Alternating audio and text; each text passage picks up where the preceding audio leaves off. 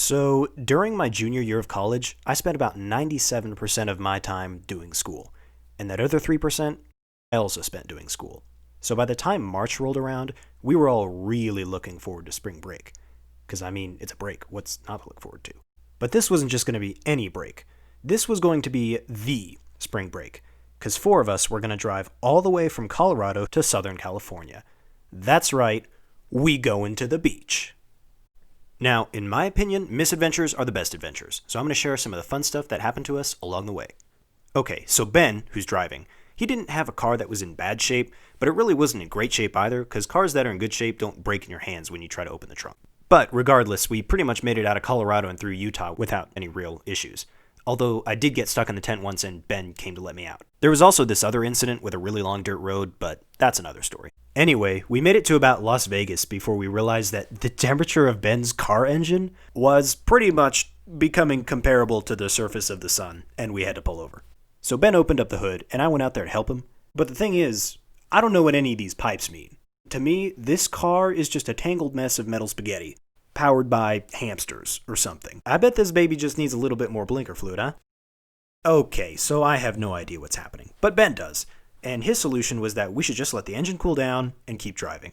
He also said that to keep the engine cool, we could turn the heater on as we drove. But turning on the air vents made it feel like they were just shooting out dragon's breath. And since we were going at least 65 down the highway, opening the window would just unleash a blast of freezing wind.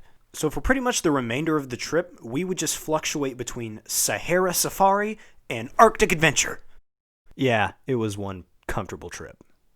Alright, so there was something else that happened around Las Vegas, and that was while we were driving, we saw this. World's largest chevron, exit in 11 miles. So in 11 miles, we did what anybody would do, which is get off the freeway as fast as possible, because you don't pass this kind of thing up. Okay, now first, let me just say, I really like gas stations. I mean, you walk in, and there's just aisles of delightful food. I can stop at any gas station and get a donut, I can get a soda, I could get as much snack as I want, I can get as much candy as I want, I can wash all that down with 3 hot dogs and a milkshake, and that is the kind of place that I want to be. I mean, if you're into healthy stuff, I guess you can also get that too, but I'm not into healthy stuff. Remember to eat your vegetables, I still have to force myself to.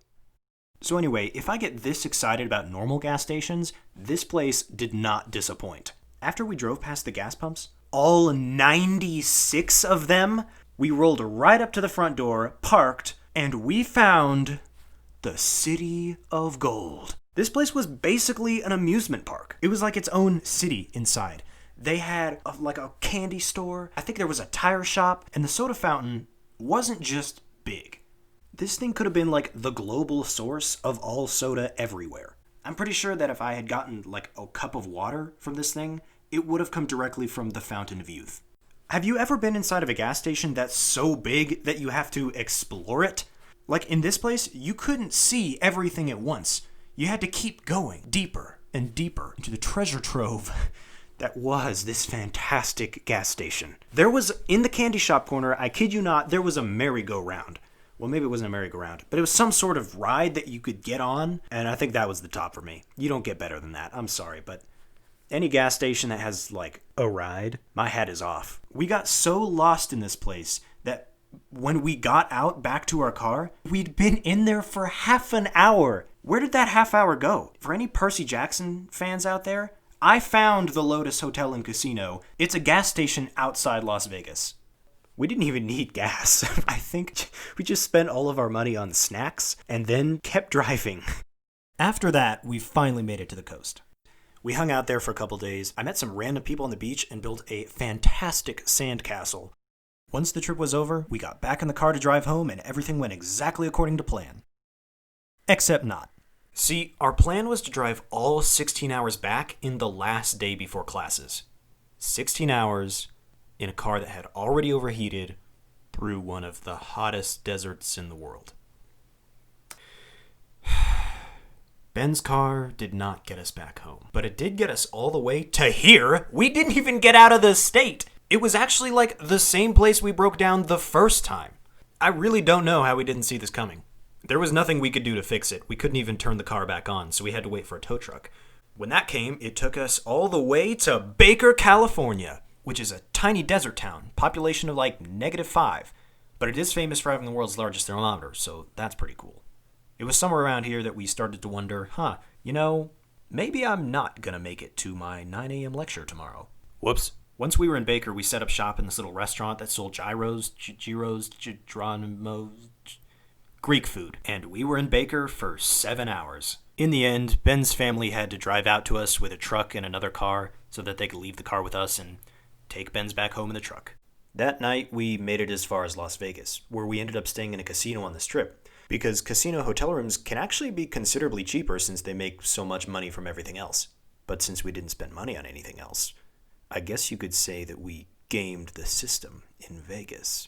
The next morning, we woke up, had a fat breakfast at a great little diner, and drove the rest of the way home, missing pretty much all of our classes, but it's fine, it's fine. Now, hearing all of this, you might be thinking, man, that's a bummer. But honestly, some of the stuff that I've mentioned in this video, looking back, was some of the best part of the trip. It's stuff that I can remember and laugh at and remember great times with great people. The ability to look at something as an adventure and not as a disaster can really change your outlook on life. So next time something goes crazy wrong, think, maybe this will be an animated video someday. And even if it's not, just sit back and enjoy the ride. Thanks for watching this. These things are actually really tedious to make. I had no idea how long it would be until I did it. But it was a lot of fun. I'd love to keep making more. So if you liked it, I guess consider subscribing or liking or finding me somewhere else on social media. But that's all I got for you. So without further ado, see ya.